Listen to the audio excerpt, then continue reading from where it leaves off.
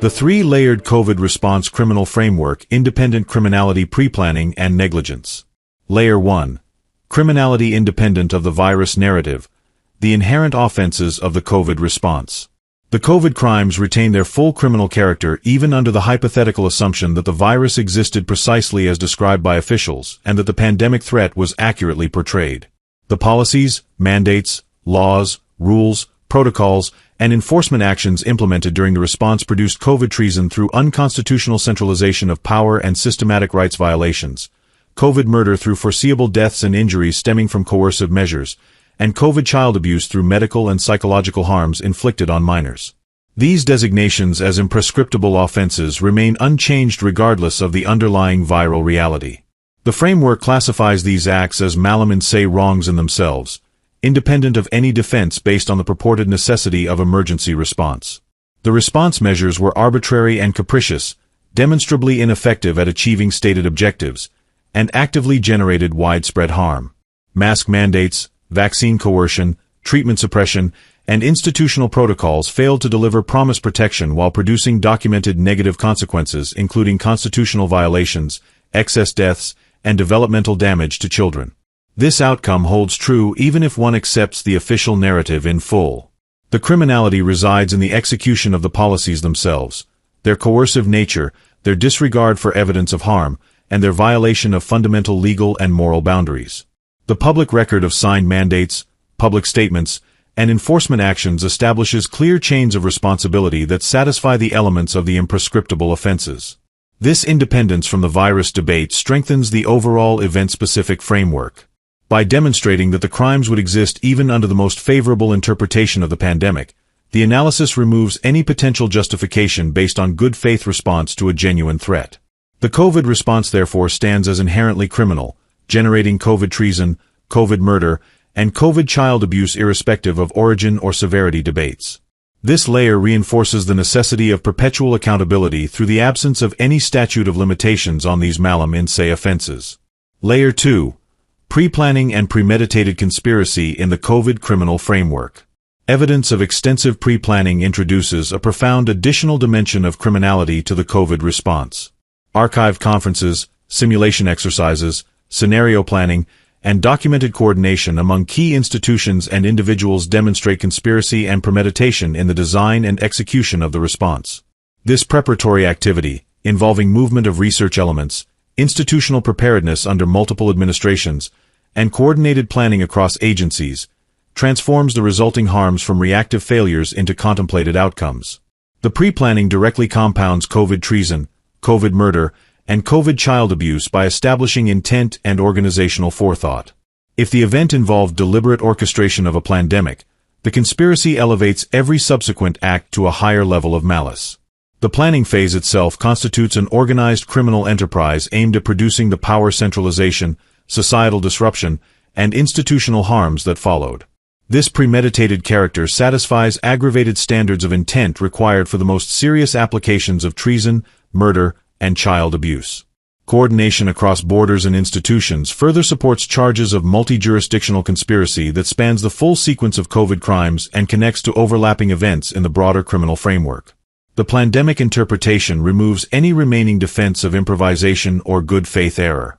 The pre-planning evidence demonstrates that the resulting imprescriptible offenses were not accidental byproducts but integral components of a structured operation.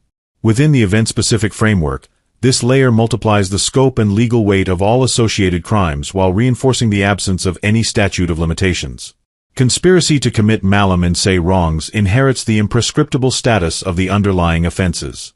The overt documentation of both the planning and the execution provides self-evident evidence that strengthens the case for perpetual accountability across the interconnected network of actors and events.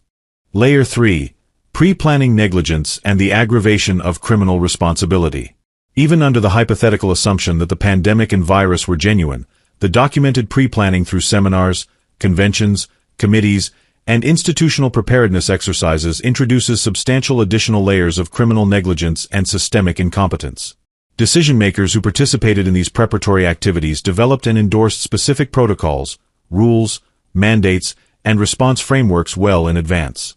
When implemented during the crisis, these measures proved ineffective, produced negative consequences, and operated in an arbitrary and capricious manner that exacerbated harm rather than mitigating it. This pre-planning negligence directly compounds the core COVID crimes. Officials and experts had ample opportunity through structured preparedness processes to design effective, evidence-based responses, yet retained or advanced measures that caused foreseeable constitutional violations, deaths, injuries, and developmental damage to children.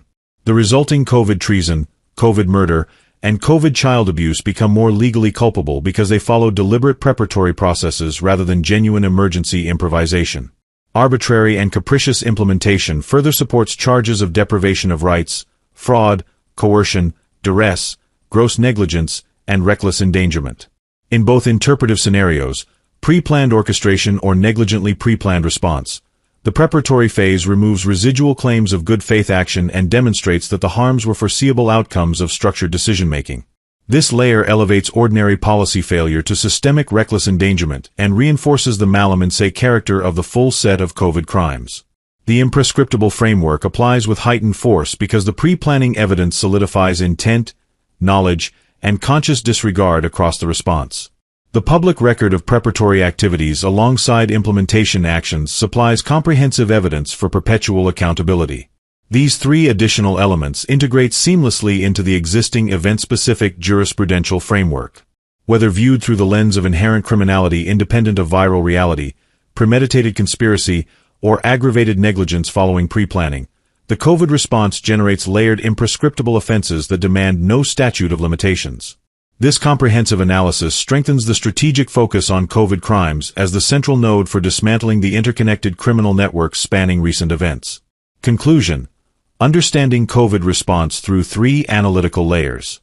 The three additional analytical layers reinforce and deepen the imprescriptible criminal framework surrounding the COVID response. First, the inherent criminality of the policies, mandates, and enforcement actions stands independent of any debate over the virus's existence or severity. Even under the most favorable hypothetical acceptance of the official narrative, the response generated COVID treason through unconstitutional power centralization, COVID murder through foreseeable harms and deaths, and COVID child abuse through documented damage to minors.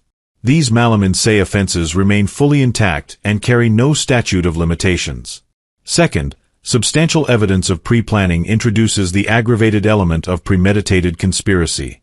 Archive simulations, conferences, and institutional coordination demonstrate that the resulting crimes were contemplated and structured in advance, transforming reactive failures into deliberate criminal enterprise.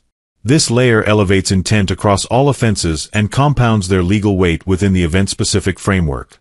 Third, even assuming a genuine pandemic, the same pre-planning activities reveal profound systemic negligence and incompetence. Preparedness exercises produced ineffective, arbitrary, and capricious protocols that exacerbated harm rather than mitigating it.